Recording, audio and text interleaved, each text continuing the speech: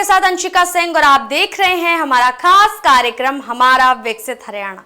तो इस कार्यक्रम में हम आपको बताते हैं कि विकसित हरियाणा में विकास का मंत्र कैसे हो रहा है साकार। तो चलिए बिना किसी देरी के शुरू करते हैं हमारा विकसित हरियाणा।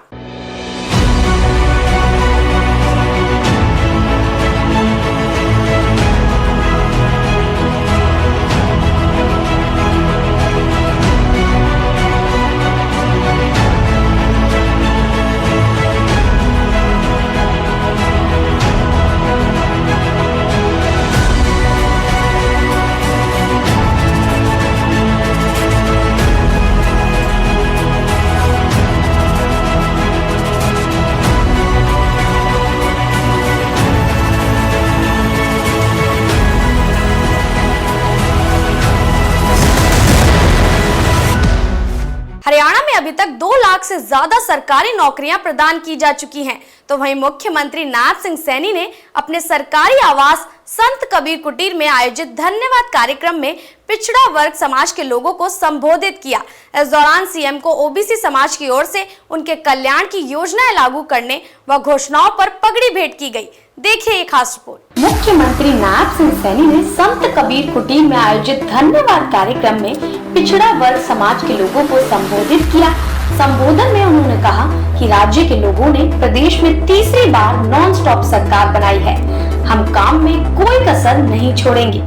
परंतु मैंने ये अधिकारियों को बोल रखा है कि अगर 2 बार किसी ने चक्कर मार दिया तो आपको चक्कर मारना पड़ेगा। फिर हमारे व्यक्ति को चक्कर नहीं मारना पड़ेगा। हमने सुधार करना है और इसके लिए हम गति से काम कर रहे हैं। ये लोगों के प्रति जवाबदेही सरकार है। लोगों के जो सुझाव हैं उनके ऊपर चलने वाली ये सरकार है। मैंने क्योंकि धन्यवाद आप लोगों का करना था, आप लोग मालिक हैं, आपने इतनी मेहनत की है, आपने वो पसीना बहाया है और पसीना बहा करके नरेंद्र मोदी जी के नेतृत्व में हरियाणा में नॉन स्टॉप तीसरी बार आपने सरकार बनाई है। मैं आपको इस बात के लिए आश्वस्त करता हूं कि काम की कोई कसर नहीं छोड़ेंगे।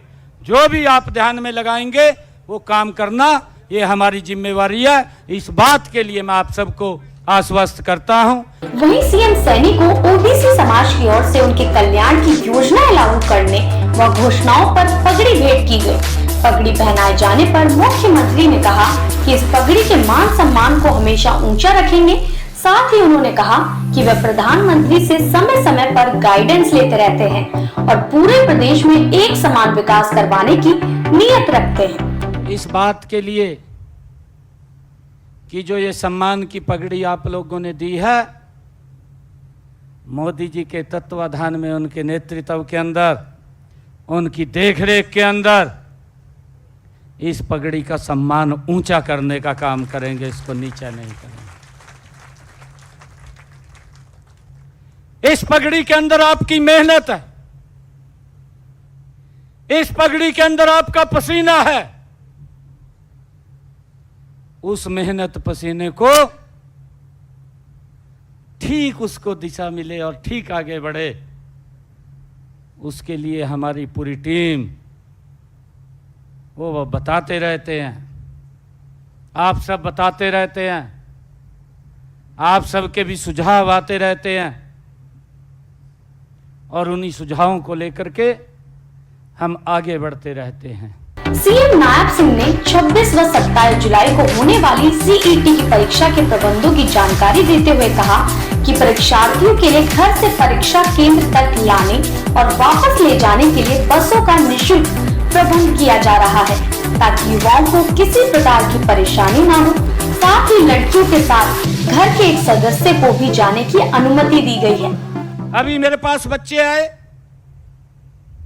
मेरे को कहने लगे कि सीटेट का पेपर करा दो, काफी लंबा समय हो गया।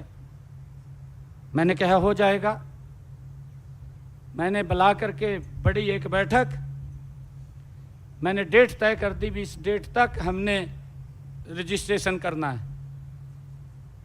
और भाइयों, हमारे ही तो बच्चे हैं, सीटेट का पेपर देने आएंगे, हमारे बच्चे हैं। हरियाणा प्रदेश के बच्चे हैं। 14 लाख बच्चों ने रजिस्ट्रेशन किया है, 14 लाख। और बैठ करके वो व्यवस्था खड़ी कर दी। 9,200 बसें और पॉइंट बना दिए कि इस पॉइंट के ऊपर आपको बस मिलेगी, आप यहां पर आकर के इस बस में बैठ सकते हैं। अगर किसी गांव से 200 बच्चे पेपर देने के लिए जा रहे हैं तो उस गांव के अंदर 4-5 बसें वहीं खड़ी कर दी हैं। किसी बच्चे का कोई 5 पैसा नहीं लगेगा। अगर हमारी बेटी पेपर देने के लिए आ रही है तो उस बेटी के साथ परिवार के एक मेंबर को भी अलाउ कर दिया है।